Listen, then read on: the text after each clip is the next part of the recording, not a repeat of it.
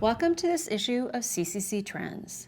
As cities struggle to manage congestion related to cars, many are forging ahead with the expansion of dedicated bicycle lanes and the introduction of micromobility solutions, including shared bikes, e-bikes, and e-scooters. These types of solutions are believed to be best suited for a large proportion of trips that are taken in most metro areas, where according to data collected and analyzed by INRIX, nearly half of all trips are less than 3 miles. To date, many of the scooter rental operators, however, have struggled to make money due to significant expenses, such as depreciation of the e-scooters, the cost to run warehouses that repair and help to position the scooters, and development costs related to the development of more durable hardware. Vandalism is also a problem, thanks perhaps to Instagram sites like Bird Graveyard, which celebrate e-scooter stunts and destruction.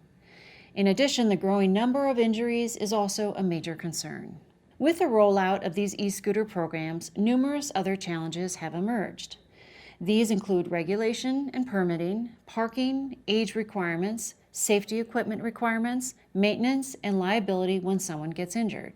Late in 2019, the National Conference of Insurance Legislators met to review a draft of model legislation, setting insurance requirements for electric scooters to ensure there is liability insurance and coverage in place during any part of the rental period for the scooter company, the rider, and any independent contractors servicing the scooters.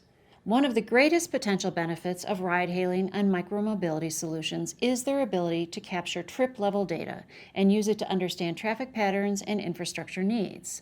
Highways themselves will eventually be embedded with sensors to monitor wear and tear and traffic patterns.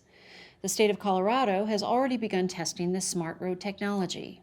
Over the next 5 years, a half-mile stretch of U.S. Highway 285 southwest of Denver will be covered with concrete slabs that include Wi-Fi connectivity and embedded fiber optic cables that act as pressure sensors and support connection to motorists' cell phones to provide real-time alerts about traffic and road hazards.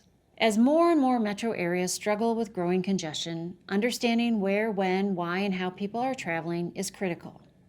It likely comes as no surprise that automakers are also looking to capitalize on data that is now coming online with the connected vehicle.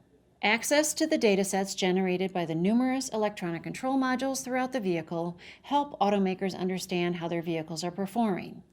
But it also gives them access to the how, when, and where their customers are driving, creating opportunity to develop new products and services and also monetize that data through its sale to insurers and other providers. According to March 2019 data from Statista, there were 49.7 million connected cars in the U.S. in 2019, up from 29.3 in 2017. And while overall revenue from the connected car segment is expected to grow, average revenue per connected car has actually fallen. Unfortunately, connectivity when billed as a subscription service by the automaker continues to see limited uptake by the customers. Because most new vehicles have limited maintenance issues during the first several years of ownership, the perceived value of a connected car subscription that provides vehicle system monitoring is actually much less. There is more value in the connected car data to automakers and their dealers, as careful monitoring of vehicle diagnostic data in aggregate can help avoid the potential of hundreds of millions of dollars in warranty exposure. Connected car technology additionally helps automakers deliver less expensive and disruptive defect remedies. What is fairly certain is that the value of the data alone will encourage automakers to explore alternative business models, such as Audi's new e-tron launch strategy of offering an a la carte menu of options where you can buy connected car features on demand.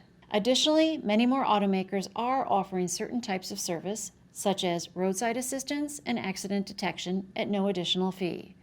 These types of services are among the most valued connected car services. For example, in the case of an accident, a connected vehicle can share crash data and initiate first notice of loss with the automaker through its connected vehicle program. The OE can be the first to engage with that customer, provide emergency services, information on their certified repair network, and then share that crash data with the insurer and the repairer, helping their drivers move seamlessly into the entire claims process.